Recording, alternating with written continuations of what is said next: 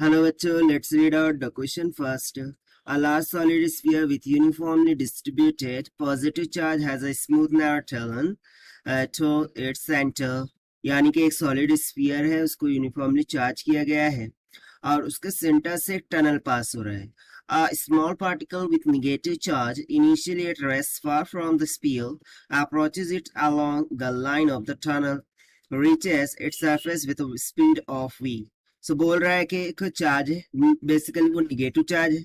So rest से start करता है और उस टनल से क्या होता है, पास होता है विद अ वेलोसिटी और you can say speed of v and passes through the tunnel.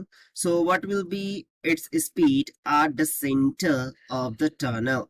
So जब टनल के सेंटर में होगा so उस टाइम पर इसकी स्पीड क्या होगी वो कैलकुलेट करना होगा. तो चलिए स्टार्ट करते हैं हम सॉल्यूशन से. But before of it, let's talk about the key concept which we are going to use here for this question. So basically, you know that the potential energy at the center of any closed body, उसका formula क्या होता है, उसका direct formula होता है that we should to remember it, that is 3/2 times of kq divided by capital R, जहाँ पर capital R क्या होगा, उस स्फीयर का रेडियस हो जाएगा या फिर हम बोल सकते हैं distance for that charge particle. ठीक है. सो एक तो ये हो गया. सो बेसिकली यहाँ पर क्या हो रहा है देखिए, इस तरीके से कुछ लार्ज सॉलिड स्फीयर है. ठीक है. Now this is said that a large solid sphere. ठीक है. So do remember this point. Now इसमें कुछ इस तरीके से सेंटर से पास होती हुई एक टनल ड्रॉ की गई है. अब यहाँ से यानी कि फ्रॉम इंफिनिटी चार्ज क्या होता है, रेस्ट से स्टार्ट करता है with a velocity of v. So इस सेंटर पे उसकी स्पीड क्या होगी वो हमें फाइंड आउट करना है. सो बेसिकली देखिए पार्टिकल कहाँ से स्टार्ट कर रहा है, ये इंफिनिटी से, क्योंकि यहाँ पर बोला है a large solid sphere with uniform distributive positive charge. इस पर क्या है, पॉजिटिव चार्ज दिया गया है और ये लार्ज सॉलिड स्फीयर है, यानी कि पार्टिकल इंफिनिटी से स्टार्ट कर रहा है. ठीक है.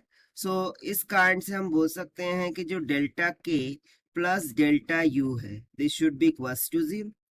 That is energy conservation. So kinetic energy को हम क्या लिख सकते हैं, 1/2 ऑफ मास इनटू वेलोसिटी का square plus delta U is equals to 0. ना यहाँ पर डेल्टा यू क्या होगा, सो लेट सपोज कि ये जो चार्ज है वो कुछ माइनस ऑफ क्यू के इक्वल है.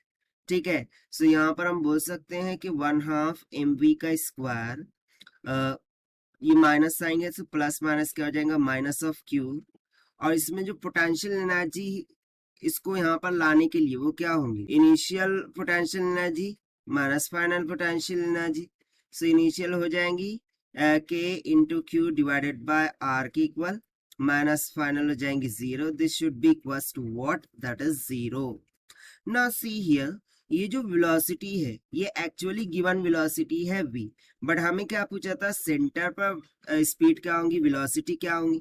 सो उसके लिए हम सेम इक्वेशन का यूज करते हुए क्या लिख देंगे, delta K plus delta you. सो ये हो जाएगा 1/2 ऑफ के v का स्क्वायर और सेंटर के लिए मैं मान लेता हूँ स्पीड क्या है vc. सो यहाँ पर हो जाएगा vc का स्क्वायर.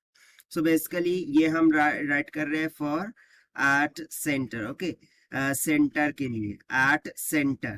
ठीक है. At centre delta K plus delta U equals to 0, उसके लिए राइट डाउन कर रहे हैं. And this will be minus times of q. And at centre potential energy क्या होती है, उसका फॉर्मूला हमने यहाँ पर लिखा था कंसेप्ट में. देखिए कितना होता है, 3/2 times of K q divided by capital of R. This should be equals to what, 0. इसको मान लीजिए इक्वेशन 1, इसको मान लीजिए इक्वेशन 2. अब ये माइनस साइन है. ठीक है. सो दोनों को हम उस साइड में ले जाएंगे और क्या करेंगे, इक्वेशंस को डिवाइड कर देंगे. सो देखिए हमें क्या मिलता है. सो एक तो हो जाएगा 1/2 ऑफ mv का स्क्वायर, इसके डिविडेंड में ये आ जाएगा 1/2 ऑफ mvc का स्क्वायर.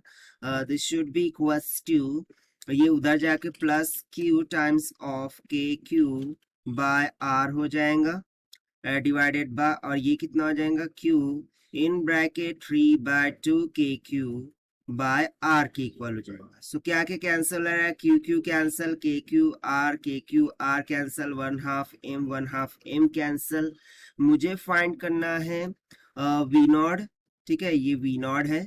सो यहाँ से simply v naught will comes out equals to 3/2 उधर चला जाएगा, ठीक है। So 3/2 times of v square, but हम वी नॉट ले रहे हैं यानी कि उधर स्क्वायर रूट लग जाएगा, square root of 3/2 times of v, यानी कि कितना आ जाएगा, under root of 1.5 times of v के इक्वल। और यही हो जाएगा हमारा आंसर जो कि हमने सॉल्व किया by using the conceptual formula potential energy at the centre of spheres. So this is the required solution. Now let us take the option. So option D will become correct here. So this is the required solution. I hope you understood well. Best of luck. Thank you.